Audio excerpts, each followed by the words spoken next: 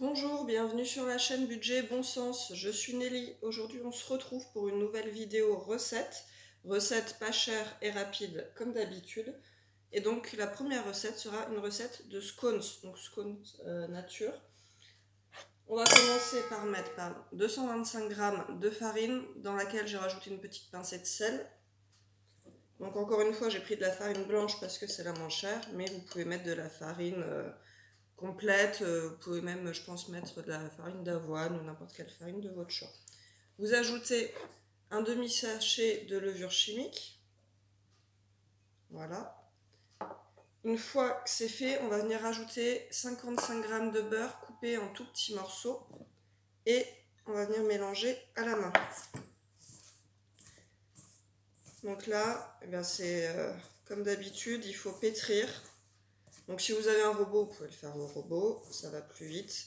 Mais pour la vidéo, comme à chaque fois, je vous fais les recettes avec peu de matériel et en fait accessible à tout le monde. Donc on vient bien mélanger le beurre à la farine. Et une fois que ça fait une espèce de... ça fait comme un peu du sable en fait, du sable un peu épais, un petit peu comme une pâte à crumble très très fine. On va venir ajouter ensuite 150 ml de lait. Donc moi j'ai pris du lait de nuit écrémé, vous mettez n'importe quel lait de votre choix, lait végétal, lait animal, peu importe. Ce qui vous fait plaisir ou ce que vous avez dans votre placard ou dans votre frigo. Voilà, là la pâte commence à faire des petits grains. Et je vais venir ajouter mon lait au milieu. Donc je creuse une espèce de petit puits, comme ça. Et je vais venir verser mon lait au centre. Et ensuite, je vais venir mélanger. Pendant ce temps-là, on peut allumer son four à 230 degrés. Comme ça, il sera chaud au moment voulu.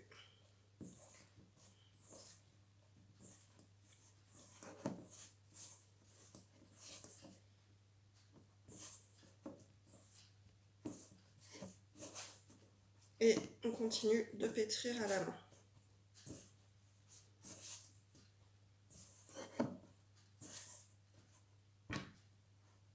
Okay. Ça colle un petit peu, mais ça va se mettre comme il faut dès que la farine sera bien mélangée avec le lait. Voilà, moi je récupère du coup la pâte qui colle trop avec un couteau, une fourchette, peu importe. Et on va venir continuer à pétrir. Alors honnêtement, ça ne demande pas beaucoup d'efforts, hein. C'est juste que ça colle un petit peu. Mais une fois que la pâte commence à être pas mal, et ben tout de suite ça va mieux. Là déjà je sens que ça colle moins. Voilà, ça commence à être pas mal. Je viens récupérer les derniers morceaux de pâte qui sont agglomérés sur mes doigts. Voilà. Et ensuite, une fois que la pâte est bien, vous le sentez en fait au niveau de la texture, quand vous trouvez que la pâte est bien, et bien vous allez l'étaler sur votre plan de travail avec un rouleau à pâtisserie, ou si vous n'avez pas de rouleau à pâtisserie, vous pouvez très bien utiliser une bouteille en verre par exemple, ça marche aussi. Donc voilà, ma boule de pâte est prête. Et je vais venir l'étaler. Alors, il ne faut pas que je l'étale trop fine, parce qu'on veut quand même un petit peu d'épaisseur. Donc, je vais venir étaler, pas trop fort comme ça. Voilà. J'ai oublié de fariner mon plan de travail vu que je suis dans la vidéo, mais c'est mieux si on farine le plan de travail. Donc là, ce que je vais faire, c'est que je vais venir la retourner pour éviter qu'elle ne colle trop. Et là, je vais prendre, alors moi je prends un petit emporte-pièce exprès pour les scones. Si vous avez un emporte-pièce rond ou même ne serait-ce qu'un verre, ou par exemple, moi le petit ramequin que j'ai utilisé, ça fait aussi l'affaire. Et là, je vais venir découper mes scones dans ma pâte. Donc, un scone. Et ensuite, je dépose sur ma grille de four. Alors, j'ai mis un tapis de cuisson. Sinon, vous mettez du papier cuisson. Un deuxième scone. Il colle un peu. J'aurais dû rajouter un tout petit peu de farine. Mais ça va le faire. Là, maintenant, je reprends ma pâte. Et je reviens l'étaler comme tout à l'heure. Je refais 2 scones dedans. Voilà. Je viens décoller tout ça. Ouais, j'ai pas fariné mon plan de travail, du coup ça colle. Ne faites pas la même erreur. Et quand on filme, on fait pas trop attention à ce qu'on fait au niveau de la pâtisserie. Ou de la cuisine tout simplement. Ça y est, le four est chaud. Je vais venir arranger un peu celui-là. Voilà. Et on continue le procédé jusqu'à ce qu'il n'y ait plus de pâte.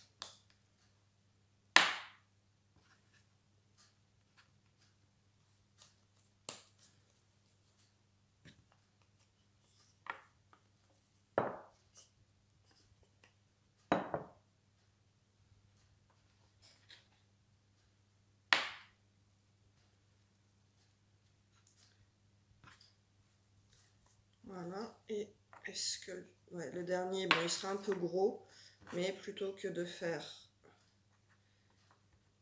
encore un normal et un tout petit, je vais faire un gros scones. Je vais venir, voilà, bien le mettre dans mon moule pour qu'il ait quand même la forme. Et voilà. Une fois que mes scones sont prêts, donc je vais vous montrer sur la plaque comme ça. Donc j'en ai fait 7. Après, ça dépend de la taille de votre emporte-pièce, évidemment. Mon dernier est quand même assez gros. Je les ai espacés pour pas qu'ils se collent entre eux. Je viens mettre bien la forme, voilà, comme ça. Et maintenant, je vais venir les enfourner 8 à 10 minutes à peu près, à 230 degrés. Et on se retrouve après la cuisson. Et voilà, après un tout petit peu moins de 10 minutes de cuisson, mes scones sont prêts. Donc bah voilà, ils sont dorés, ils sont jolis, ils ont bien gonflé.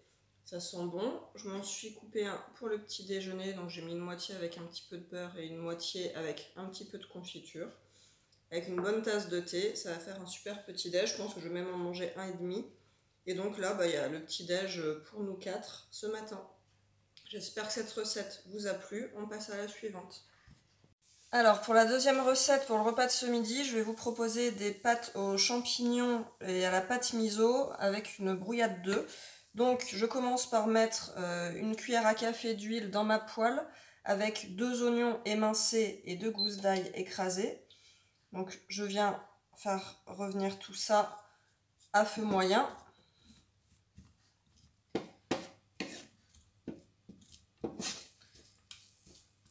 Une fois que les oignons et l'ail commencent à être légèrement dorés et à fondre un tout petit peu, je viendrai rajouter 300 g de champignons émincés. Donc moi j'ai pris des champignons de Paris, vous prenez les champignons de votre choix. Là j'ai pris des champignons frais qui étaient assez chers je trouve, à 4,50 € le kilo.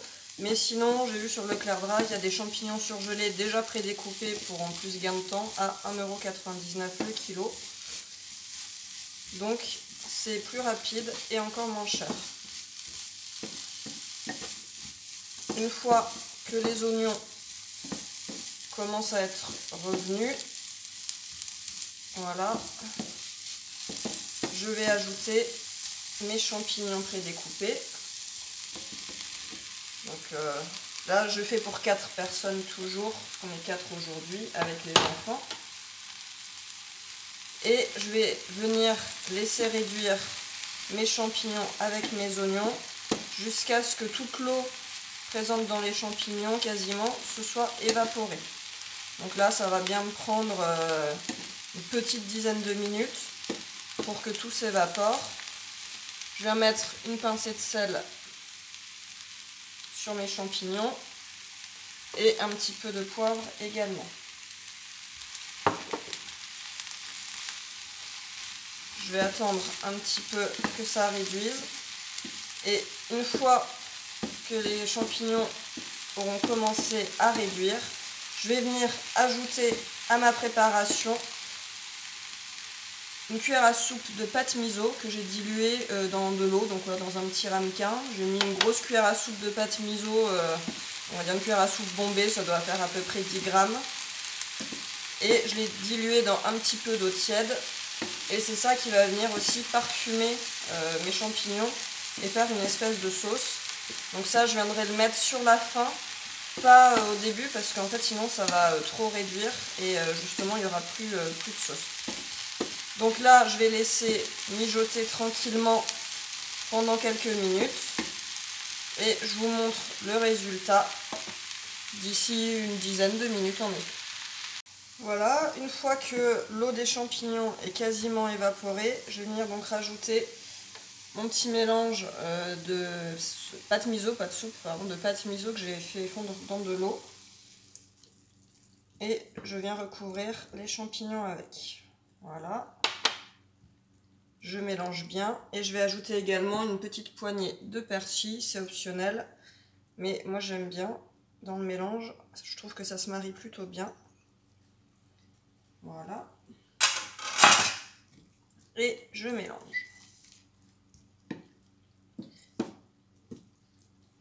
Là, je vais venir attendre que tout se mélange bien.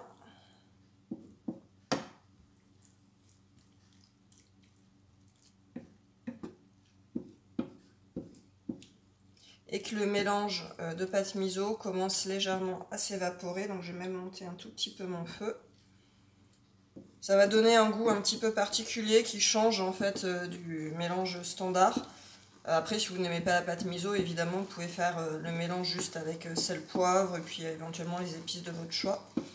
Mais moi, je trouve que voilà, ça change un petit peu de ce qu'on fait d'habitude, juste grâce à cette pâte miso.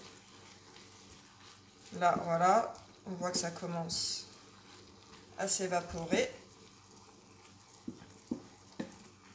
Et une fois que ça va être assez évaporé, je vais venir ensuite mettre d'un côté de ma poêle le mélange pour essayer de garder un petit peu, alors là c'est encore un petit peu liquide, je vais attendre, voilà. Et je vais venir faire en fait ma brouillade d'œufs dans la même poêle, déjà ça fait mon vaisselle, et puis parce que je veux aussi ensuite tout mélanger et avoir un petit peu ce goût de pâte miso qui se mélange sur l'ensemble de la préparation. Donc là, voilà. Et donc j'ai cassé, alors moi j'ai utilisé 3 œufs que j'ai cassé, j'ai battu avec un petit peu de sel et de poivre uniquement. Voilà. Et je vais venir, voilà, bon tant pis je vais le mettre là, je mets mes œufs ici. Ça aurait été mieux si j'avais attendu un petit peu plus, mais j'ai pas envie de vous faire attendre 300 ans sur la vidéo. Pardon pour le bruit. Et là, je vais venir mélanger parce que en fait, je veux pas une omelette, je veux une brouillade d'œufs qui se mélange avec le reste des champignons. Et donc, je viens voilà, mélanger comme ça tout doucement jusqu'à ce qu'en fait, ce soit cuit. Là, on voit que le blanc commence déjà à apparaître.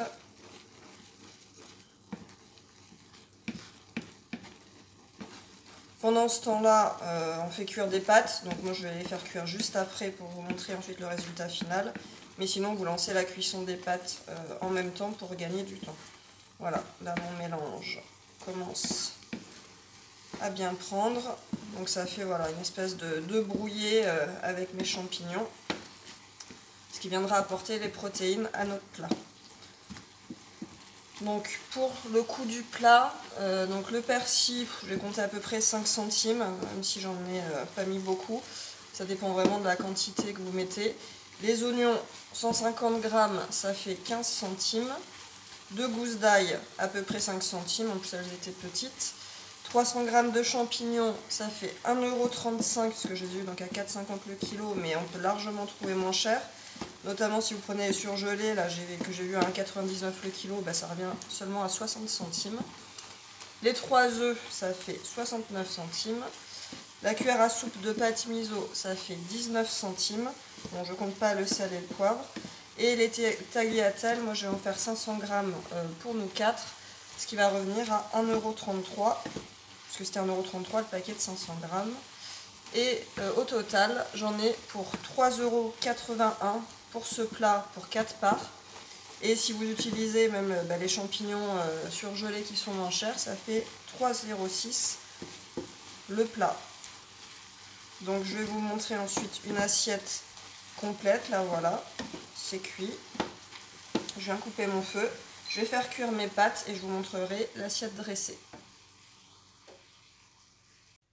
Et voilà, donc mon assiette est dressée, ça fait une belle portion, donc là il y en a 2 grosses portions pour les adultes, 2 portions légèrement plus petites pour les enfants. Ça se trouve on mangera même pas tout, et s'il en reste, c'est pas grave, on mettra dans un tupperware et on finira ça dans la semaine.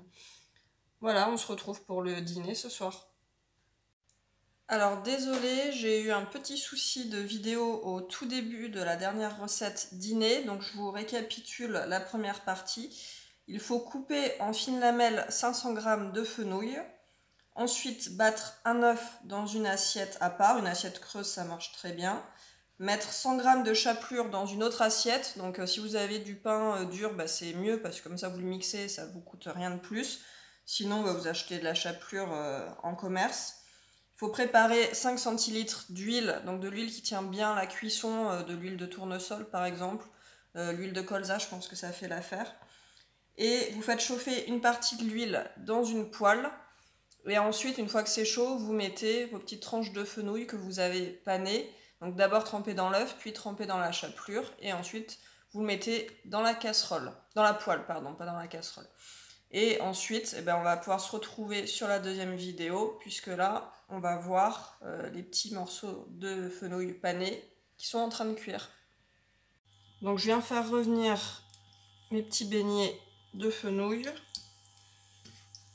Bon, c'est pas vraiment des beignets, mais en tout cas c'est du fenouil pané. Voilà. Et dès que c'est bien frit d'un côté, je vais venir le retourner de l'autre. Et je continue jusqu'à ce que je n'ai plus de fenouil. Je ne vais pas vous montrer toute l'opération, je vous montrerai le résultat à la fin parce que ça va bien prendre 5-10 minutes, le temps que tout cuise. On se retrouve tout à l'heure une fois que tout est cuit. Et voilà, j'ai fini les beignets, les fenouils panés. Donc il faut vraiment les faire très très fines les tranches pour qu'elles cuisent assez vite, sinon elles vont être un peu trop fermes. Même si c'est toujours sympa de garder un petit peu de croquant. Un œuf c'était limite, faut un gros œuf je pense, et en revanche j'avais un tout petit peu plus de chapelure, il m'en restait un petit peu. Donc voilà, ça fait 4 portions. Nous on va l'accompagner avec une salade, mais sinon vous pouvez l'accompagner avec du riz par exemple, ou avec un bol de soupe, selon ce que vous avez envie de manger. Et si vous aimez ce qui est pimenté, une petite quantité de sauce pimentée ou de tabasco, c'est aussi très bien. Voilà, j'espère que vous avez aimé toutes ces recettes. Je vous mettrai en barre d'infos l'ensemble des descriptions des quantités, du prix, etc.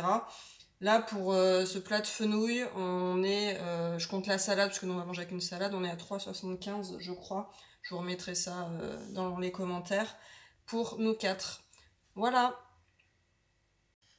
Pour récapituler cette journée de repas et voir les coûts, donc pour le petit déjeuner, en plus je crois que j'avais oublié de le dire dans la vidéo, donc j'ai fait 7 scones en tout avec ma pâte, ce qui m'a coûté 73 centimes pour les scones, et vu que nous on a rajouté un peu de beurre et de confiture, j'ai compté 1,02 € en tout, sachant que bon, la confiture, j'ai quand même pris un prix du commerce pour avoir une idée, mais moi c'était de la confiture donnée par ma maman, donc gratuite chez nous. Pour le déjeuner, donc le plat de pâtes aux champignons, pâte miso et brouillade d'œufs, ça a coûté 3,86 € en tout pour nous 4, sachant qu'on a mangé chacun un yaourt au dessert, donc 4,42 € pour la totalité du déjeuner. Pour le goûter, alors là, j'ai eu un peu la flemme, j'avais pas fait de gâteau en avance, donc on a donné des biscuits aux enfants, nous on n'a pas mangé de goûter, ce qui revenait à peu près à 40 centimes, vu le prix du paquet, ils en ont mangé moins de la moitié. Pour le dîner, donc les petits fenouils panés, ça coûtait 2,35 €, et vu qu'on les a mangés avec une salade et de la vinaigrette, c'était 3,25 € plus une pomme chacun, donc 4 pommes en tout, 4,15 € pour le dîner. Ce qui revient sur le total de la journée avec vraiment tout ce qu'on a mangé à 9,99 € pour nous 4, on va dire 10 €. Donc une journée à 2,50 € par personne, ce qui fait moins d'1 € le repas, largement puisque les enfants ont même pris le goûter. Donc je trouve que c'est une journée assez économique en termes de plats. Et puis les fenouilles panées, c'est la première fois qu'on essayait. Et en fait c'était assez bon. Donc si vous testez ces recettes, n'hésitez pas à me dire ce que vous en avez pensé, à me donner d'autres idées de ce que vous faites vous en recettes petit prix. Ce sera toujours intéressant, nous, pour les repas futurs de tout le monde. J'espère que j'espère que vous avez aimé cette vidéo. Si c'est le cas, n'hésitez pas à laisser un like, à vous abonner à ma chaîne. Et on se retrouve la semaine prochaine. Prenez soin de vous.